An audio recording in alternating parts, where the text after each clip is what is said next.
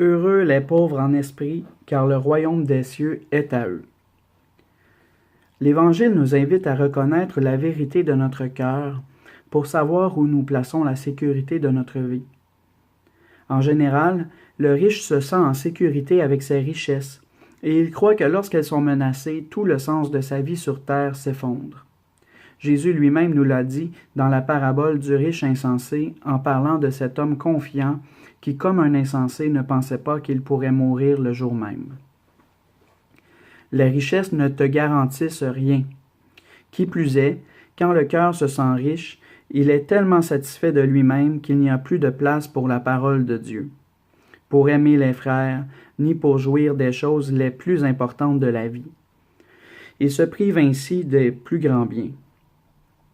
C'est pourquoi Jésus déclare heureux les pauvres en esprit, ceux qui ont le cœur pauvre, où le Seigneur peut entrer avec sa nouveauté constante. Cette pauvreté d'esprit est étroitement liée à la sainte indifférence que saint Ignace de Loyola proposait et par laquelle nous atteignons une merveilleuse liberté intérieure. Pour cela, il est nécessaire de nous rendre indifférents à toutes les choses créées, en tout ce qui est laissé à la liberté de notre libre arbitre et qui ne lui est pas défendu, de telle manière que nous ne voulions pas pour notre part davantage la santé que la maladie, la richesse que la pauvreté, l'honneur que le déshonneur, une vie longue qu'une vie courte, et ainsi de suite pour tout le reste. Luc ne parle pas d'une pauvreté en esprit, mais d'être pauvre tout court.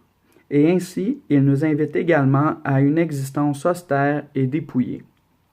De cette façon, il nous appelle à partager la vie des plus pauvres, la vie que les apôtres ont menée, et en définitive, à nous configurer à Jésus, qui étant riche, s'est fait pauvre.